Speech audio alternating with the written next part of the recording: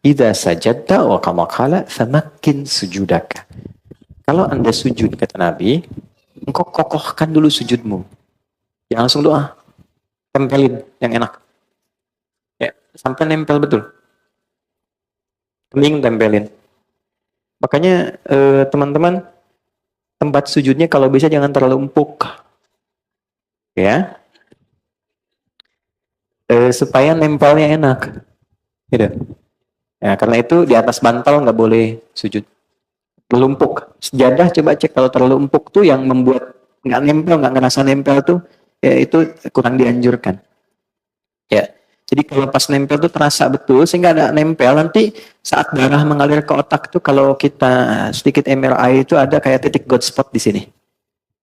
Sampai merasa tenang di situ, nyatu.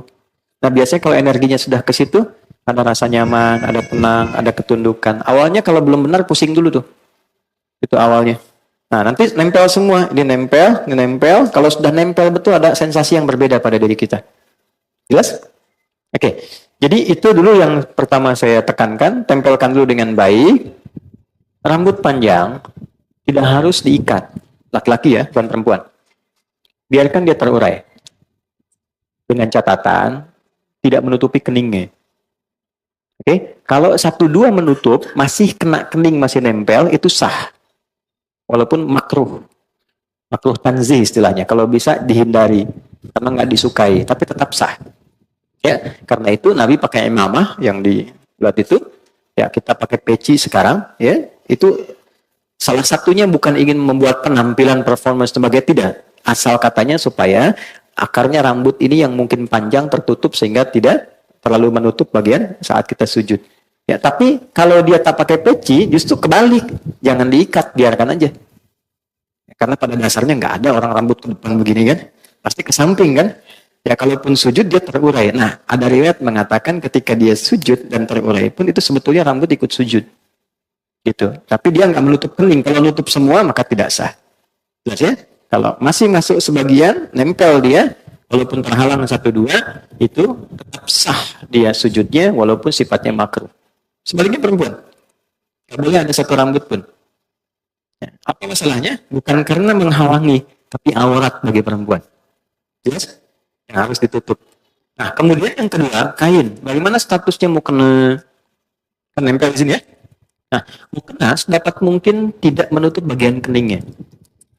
Supaya keningnya menempel. Ya, kalau dia terhalang sama sekali nggak nempel, tapi dengan kena mukenanya, maka salatnya tidak sah.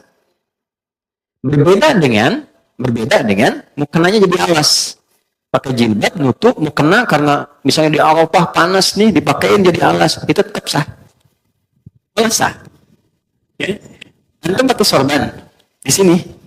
Ya, itu ada sanadnya tuh. Sanadnya dari sahabat Jabir bin Abdullah. Jabir bin Abdullah tuh pernah lepas sarung, pakai celana segini, sarungnya dilepas.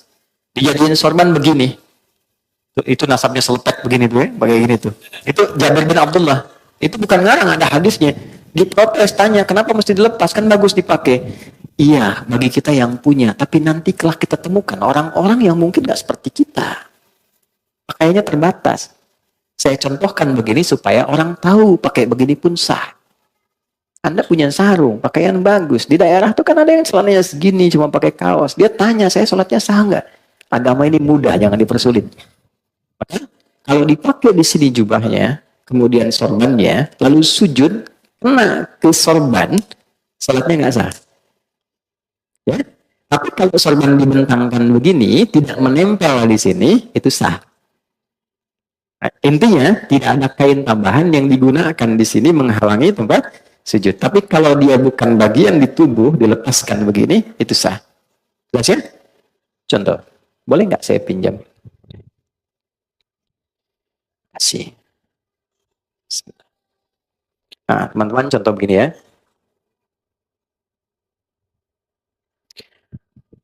Kemudian mau sujud. Begitu mau sujud, ini terurai ke depan. Kamera melihat ya, supaya bisa nyampe. Ini. Nah, ini kena begini. Nah, ini tidak sah salatnya.